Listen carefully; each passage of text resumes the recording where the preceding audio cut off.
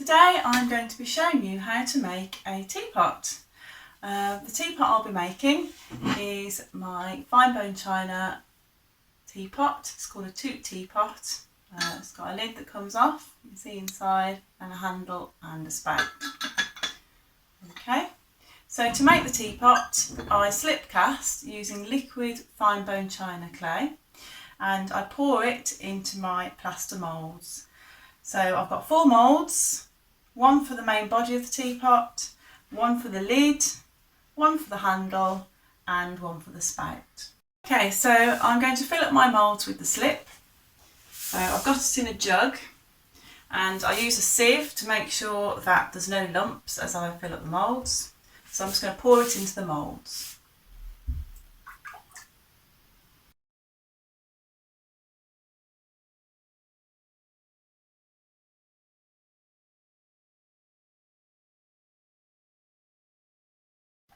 So I'm going to leave them casting now for 15 minutes, and that will enable the casting slip to create a skin around the inside of the mould, and then I'll pour the slip out and leave them to drain. So my pieces have been casting in my moulds now for 15 minutes, and I'm ready to empty them out.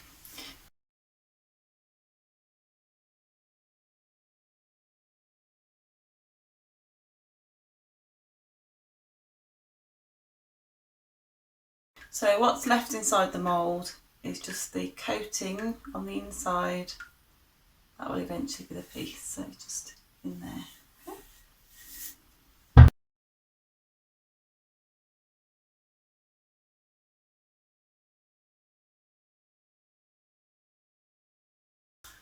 Okay, so I'm now going to leave these moulds upside down for 90 minutes to drain, and then I'll be ready to open them up. So while the pieces are casting in the moulds, I'm just going to talk a bit about my studio at home. I find it works really well for me having my own space at home to work in, because I can fit it in around my family commitments, around my teaching work. It means I can come in here in the evenings, weekends, and I'm not limited to time and access of the space. The other obvious benefit is that I don't have to pay extra rent on an additional space, so it's much more cost effective. And I just find that with ceramics you've got breaks in what you're doing, natural breaks where you're waiting for things to dry out, waiting for things to be fired, waiting for things to cast. So it means that in those times I can be getting on with other things that I need to do. So really it maximises my time and how effectively I can use the time I have in here. So for this Barber Home video, I decided to respond to the Gold Teapot with stand from the Sculpture and Decorative Arts collection at the Barber, because during this period of lockdown where we're all at home, I'm finding I'm drinking more tea, which gives great comfort, which is what we need at the moment. And I make a teapot, very different to the Barber one. It's fine bone china, it's slip cast, and in contrast to the one at the Barber, it's one that I encourage people to use.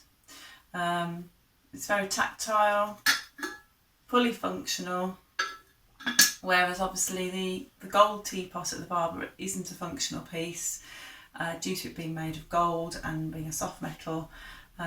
It's also not one that you would pick up because it's displayed behind the glass case, and is very precious. And I like to think that my pieces can be used every day, and are everyday functional pieces. The design of my piece is quite minimal and simplistic, whereas the Gold Teapot is highly decorative.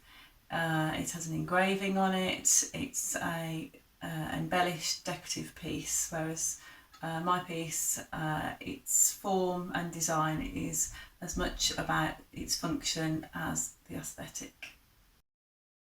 So the moulds have been draining now for about 90 minutes, so I'm just going to turn them over and see if they're ready to trim and open up. So I have on my board here the 4 components that I need to make up my teapot. So I've got my spout, my handle, my lid and the main body. And these pieces were cast yesterday, so they're a bit firmer and I should be able to assemble them today into a finished piece. So the first job is to trim off the seams that the mould has left behind on the pieces. So you see along there, there's a seam, and along there there's a seam on the handle, and the same on the edges of the teapot. There's the seam there, and it's the same again on the spout. Okay, so I've got to get rid of all those seams, and then I've got to smooth off the top of the piece as well. So I'm just going to do some trimming. So I'm going to use my scalpel just to trim away all the seams.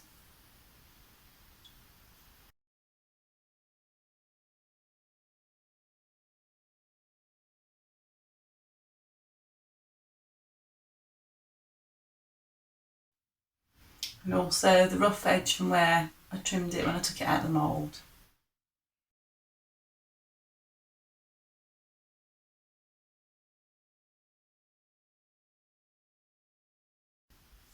Okay, and now I'm going to do the same again for the spout. Trim off the top edge.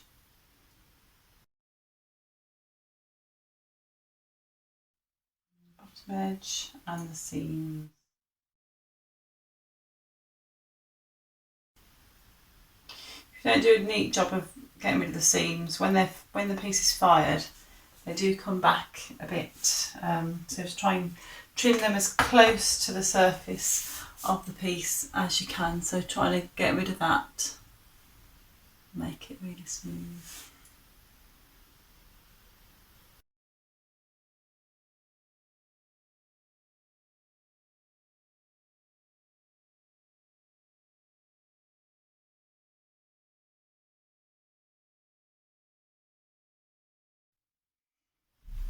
Okay.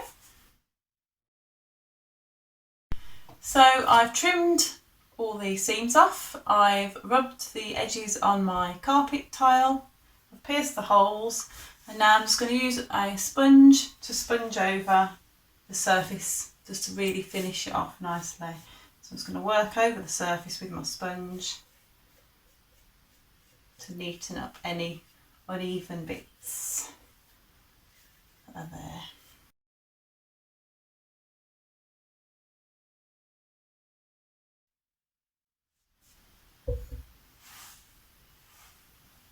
And I'll do that on all the pieces, sponge all the pieces all over, get them all nice and neat.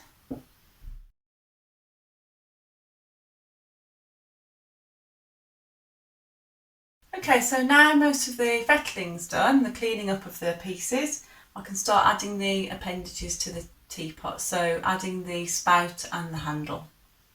So I'll use my sponge on the stick just to make sure this hole is big enough and the right size for me to add in my spout. And then I'm going to score with my needle all the way around the edge of the opening there.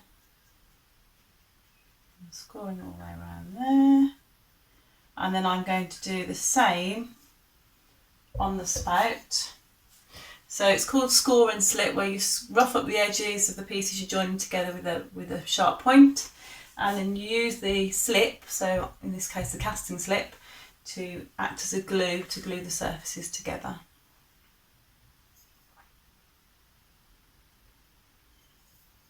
So I'm just going to mark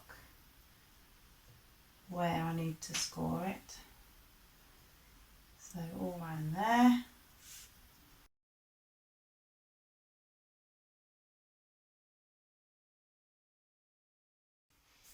And then I'm going to brush on the slip onto the edge of the spout,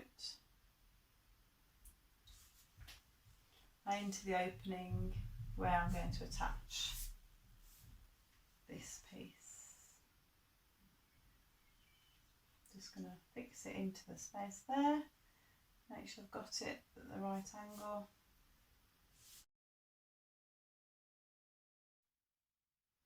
Okay, and once it's in place, I should just add a bit more slip.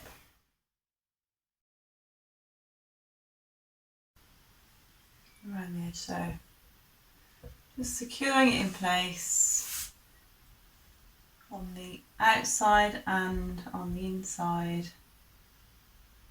with the slip, so it's got a good strong join. Okay, so I'll just show you there.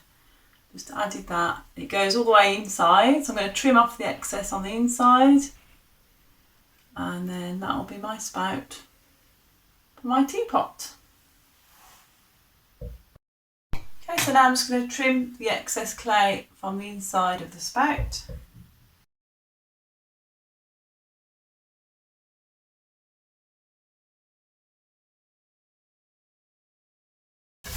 And I'll use my sponge on the stick just to tidy it up around there.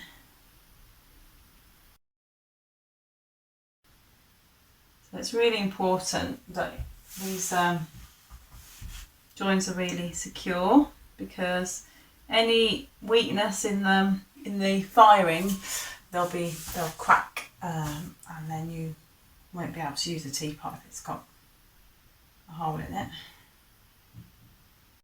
Okay, so now I've got my spout on my teapot, and as you can see I'm resting it on a little jar just to keep it in the right position while it's drying.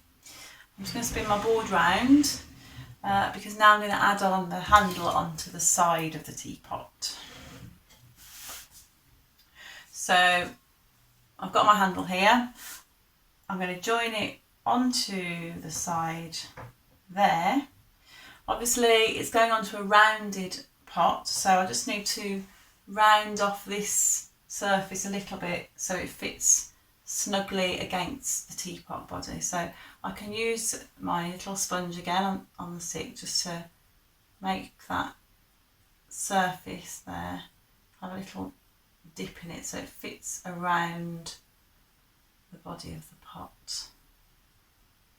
So you can see I'm just getting it so it's got a slight curve to it there.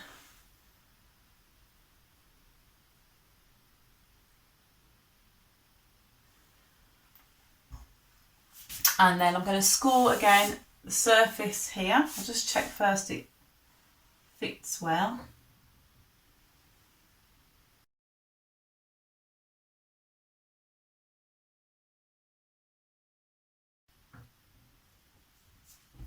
So I'm going to score this edge, so scratch all the way around the edge of the handle with my pin.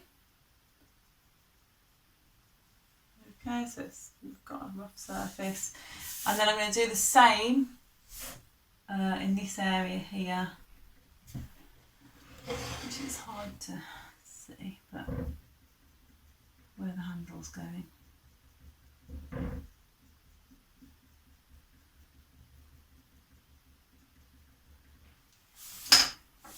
And then that will go onto there like that.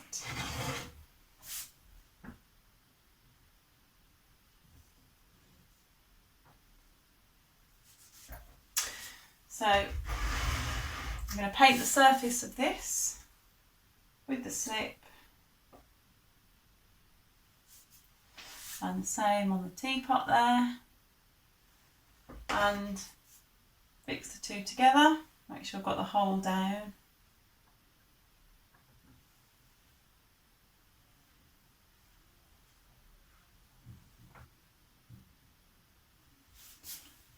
Make sure I've got it in the correct position.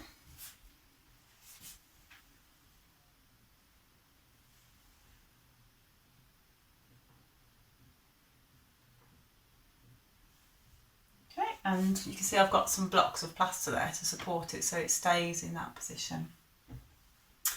And then I'm just going to go around it again with my slip just to make it secure.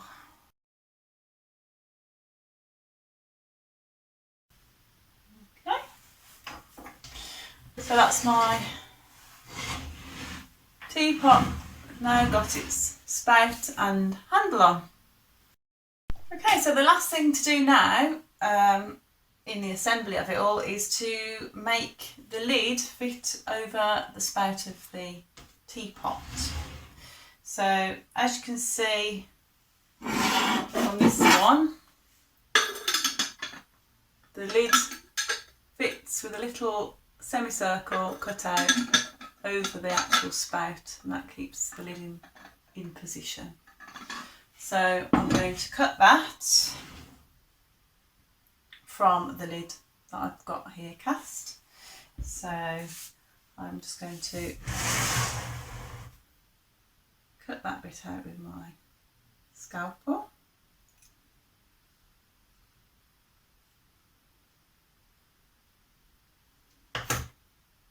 So I'm starting it off with my scalpel,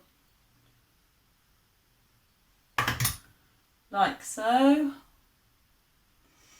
and then I can round that off with my sponge.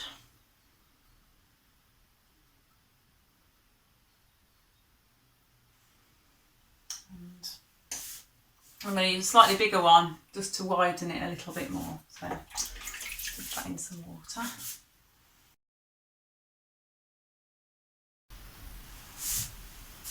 Test it. Nearly there. Just need to take a tiny bit more off. So just going to take a little bit more.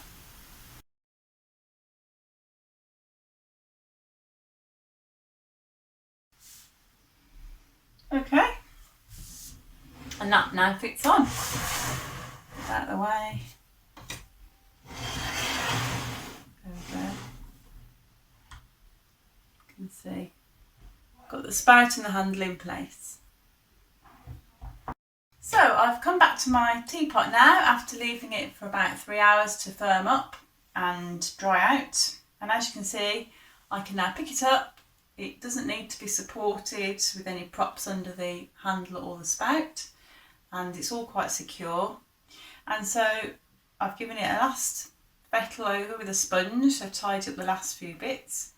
And now it can just be left to dry out for a few days before it's ready to go in the kiln for its bisque firing. So once it's had its bisque firing, it'll then come out of the kiln and I'll do a glaze firing to give it a shiny finish. And then a final third firing will be to put a stamp on the bottom, a back stamp. So if I show you my fired one, this has been bisque fired, glazed, so it's shiny, and it's also got my stamp on the bottom there that just finishes it off. Okay, so that's how you make a slip cast fine bone china teapot. Thanks for watching.